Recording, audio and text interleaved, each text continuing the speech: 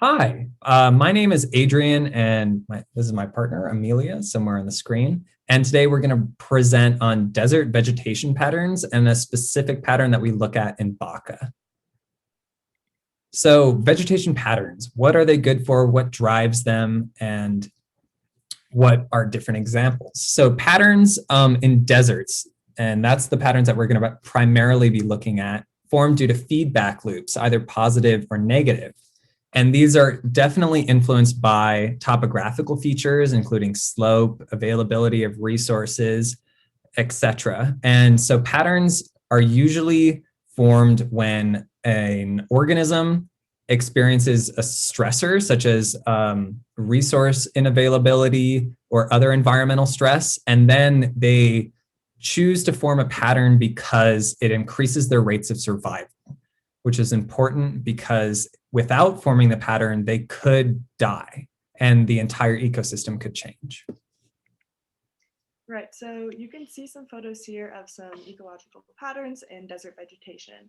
And these are formed by a combination of two endogenous factors. And so the first is short-range facilitation and the second is long-range inhibition.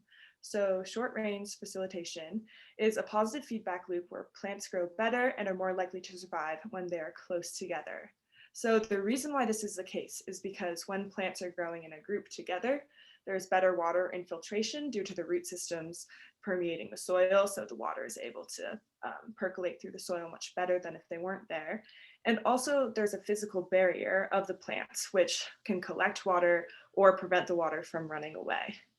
The long-term inhibition is a negative feedback loop that occurs when groups of plants send their roots out around them to collect resources. And so if there's a patch of plants here and a patch of plants there, and their roots are coming and are intersecting over here, they're competing for resources and they deplete the soil of whatever nutrients might be there or the water that might be in that soil. So that kind of creates these dead patches that's just like nothing growing there. It's pretty much just soil that's typically pretty crusty, separating these patches of vegetation.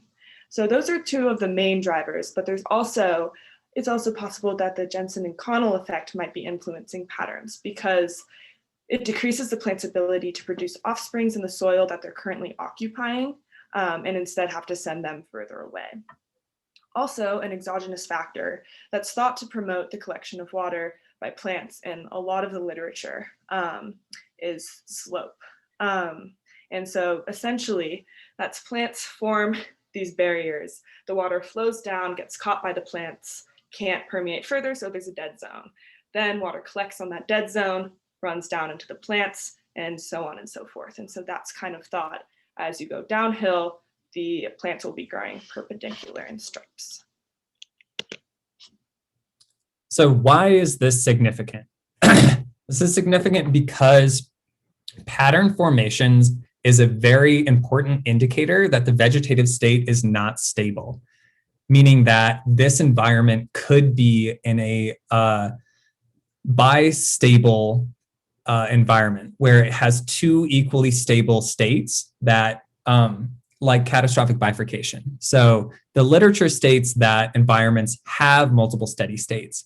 And then these shifts can occur at critical transitions. Critical transitions is when a system gets so fragile that it is incredibly easy for it to switch states. So say it was in a vegetative state, it could switch to a desert state if that was the other stable state in that environment. And this is known as catastrophic bifurcation, with that dramatic shift from one stable state to another. All right, so can the switch be reversed? It can be, but it's pretty difficult because if you were to switch back into the original steady state, the environmental factors would need to go beyond the switch point. So it only takes a tiny little change to switch, but then to be reverted, you would have to increase the resources to way above what they were at that switch point. And you can see this here illustrated in the catastrophe curve. So let's say the resources are super low over here, really high over here. If you were to fall off of this peak down there and want to get back to that state, you can't hop back up on the curve at this level of resource, right where my mouse is. Hopefully you can see that. You would have to move all the way back into this region of nutrients or rainfall or whatever that might be. So this specific area of interest that we looked at is kind of close to the Baca campus, if you're familiar, in the San Luis Valley. And so on the left is a Google image screenshot of the vegetation in the area that we looked at. And you can see why we picked it. There's definitely some patterning going on, looks like some striping. And so to analyze this, what we did is we converted it into a TIFF file, which is the file that's off to the right.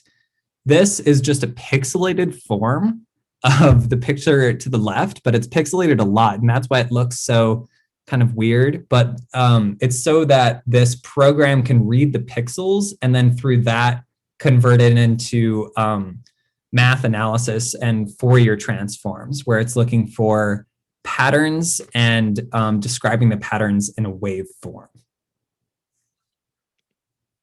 Right, so one of the graphs that this is able to kind of put together here is a periodigram.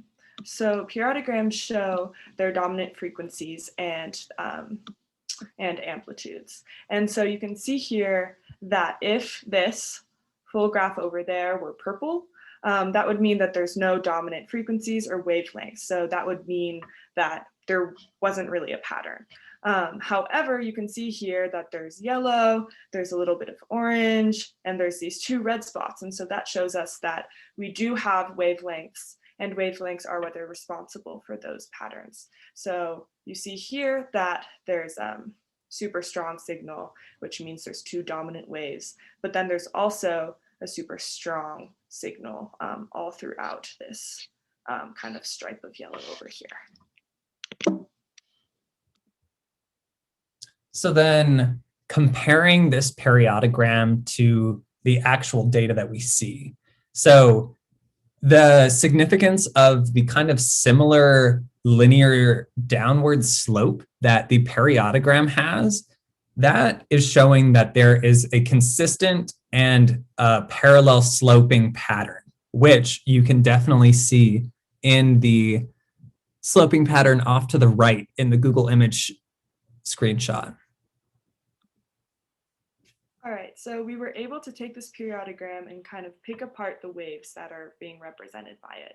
So you see here, these, this is our angular spectrum from Baca, and the gray lines illustrate what would happen if our data was completely randomized. So if we took all of the numbers we had, scrambled them around, and then plotted the waves here, there's no distinct peaks. All 10 of these gray lines are kind of merged together. None of them stand out.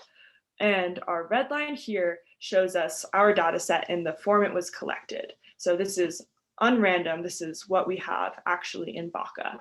And you can see here that there's a large valley around bin 45 and a huge peak at bin 125. And those are super distinct, and they show us that our data is not randomly organized and that there must be statistically significant wavelengths present.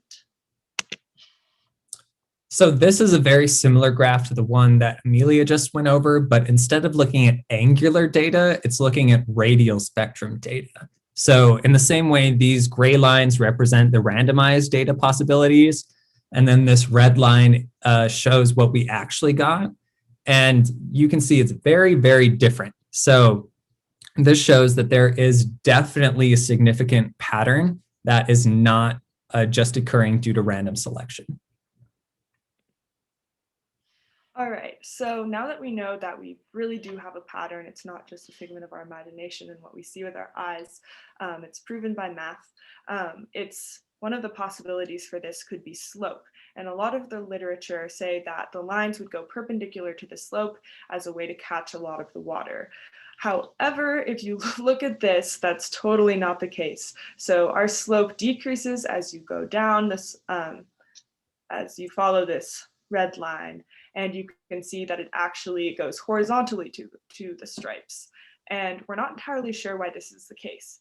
And it also indicates that there must be other factors. It's not just the exogenous factors of the way that the land is oriented and the slope of the land. It means that there's probably other factors like climatic variabilities that are causing this.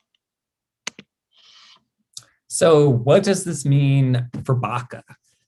It seems that slope does not play a role, at least that big of a role in vegetative patterning as previously hypothesized, because we can see these parallel stripes that are to the slope, which is really not what was expected. And the patterning at Baca definitely indicates the presence of a two-state environment, desert and non-desert.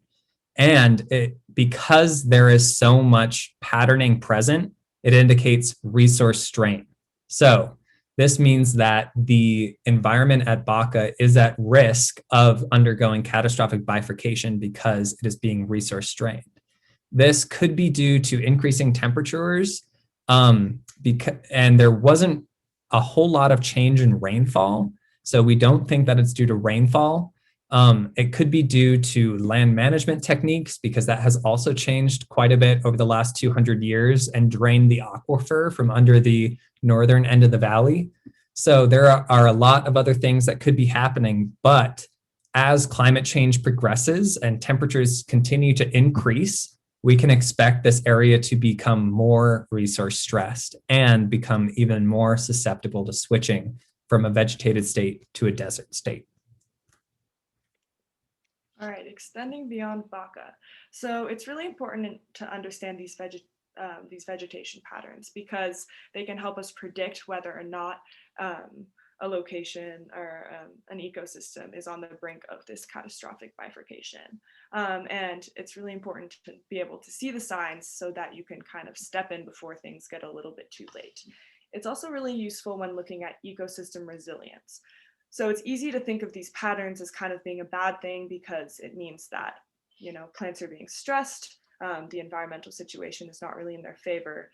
But it also shows us that plants are super resilient. They're able to adapt. They're able to change by self-facilitation and long-term inhibition to be able to withstand a lot harsher conditions than they're initially able to handle. So that can be thought of as a really beneficial thing.